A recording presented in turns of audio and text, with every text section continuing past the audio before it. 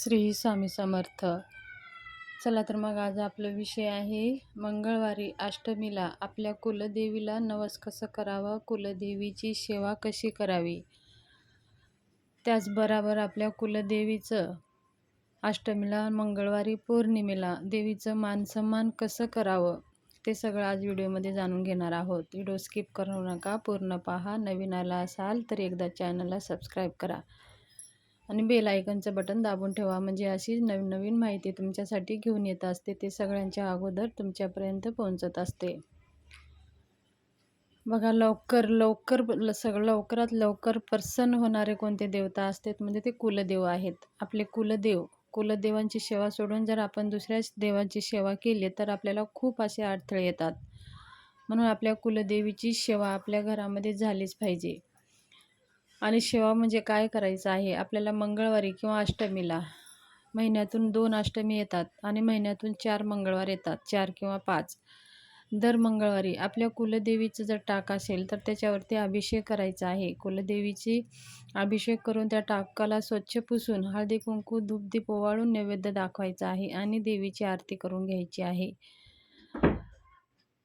त्याचबरोबर समजा आता आपण काहीतरी आपल्या मनोकामना आहेत आपल्या विशेष कार्यासाठी, जर आपल्याला कुलदेवीला नवस करून जर सेवा करायची आहे, जर देवीला नवस करायचा आहे, समजा आता तुमच्या मुलांच्या लग्नाविषयी तुम्हाला काही देवीजवळ नवस करायचा आहे, तर नवस कसं करावं, देवीला नवस कसं बोलावं, तर आपण काय करायचं आहे, ₹1 नाणं घ्यायचं आहे, थोडेसे अक्षदा घ्यायचं आहे आणि त्या अक्षदावर हळदी कुंकू अर्पण करून लाल कपड्यामध्ये घेऊन ते उजव्या हातामध्ये घ्यायचं आहे.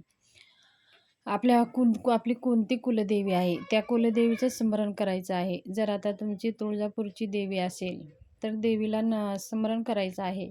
देवीला म्हणायचं आहे, तुमचं नाव सांगायचं आहे, गोत्र सांगायचं आहे आणि कुलदेवीला म्हणायचं आहे, कुलदेवी माता, माझ्या मुलांचं लग्न लवकरात लवकर जमावं.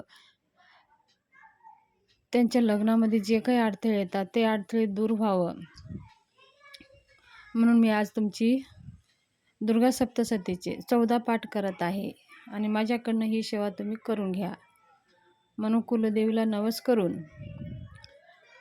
आपण ते हातामध्ये जे काही ते ₹1 नाणं घेतलेलं आहे त्याच्यात थोडा हळदी कुंकू अक्षदा टाकून हातामध्ये उजव्या हातामधून घेऊन देवीला नवस बोलून ते बांधून ठेवायचं आहे आणि ते अशा जागेवर ठेवायचं आहे की तिथं आपलं रोज हात लागणार नाही. मग आपल्याला 14 पाठ कुलदेवीचं करायचं आहे.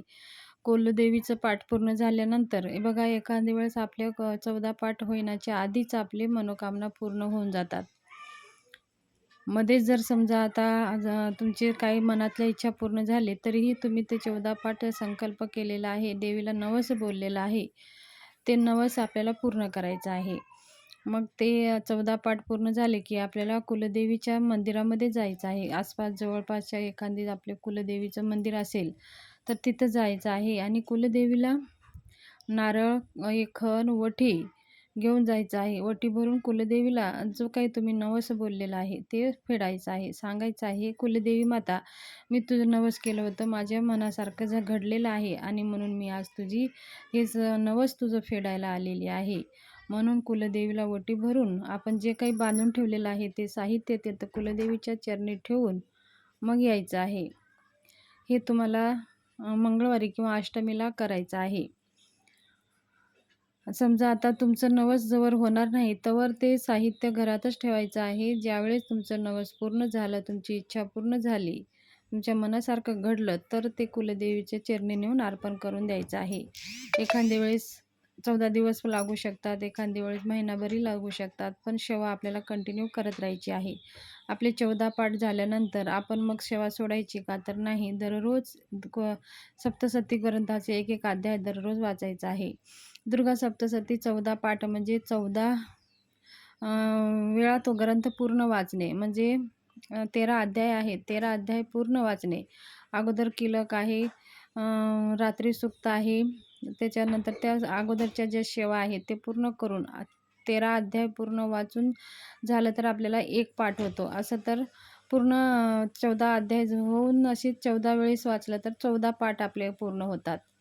म्हणून ह्याला 14 पाठ जर केले तर आपल्याला नवचंडी करण्याचं पुण्य प्राप्त होतं. म्हणून 14 पाठ करणं खूप महत्त्वाचं आहे. कुलदेवीची 14 दुर्गा सप्तशतीचे पाठ करणं म्हणजे खूप महत्त्व आहे आणि कुलदेवीला प्रसन्न करण्यासाठी अत्यंत प्रभावी ही सेवा आहे. ही नवस बोलून कुलदेवीला तुम्ही सेवा करा. तुमच्या मनोकामना सगळ्या पूर्ण होईल.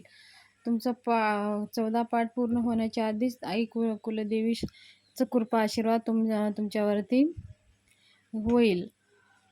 आणि जर मनाभावाने कुलदेवीची सेवा केली तर आपली ती कुलदेवी आहे, कुलआई आहे, आपल्या कुलाला सांभाळ करणारी आहे. ती आपल्या घराचं वास आपल्या कुल चालवणारी ती देवी आहे. सगळं काही तिच्यावरच असतं. म्हणून आपण जर मनाभावाने कुलदेवीला शरण केलं तर 24 तासामध्येच कुलदेवीचं अनुभव आपल्याला बघायला भेटतात आणि ही 100% कारगर सेवा आहे.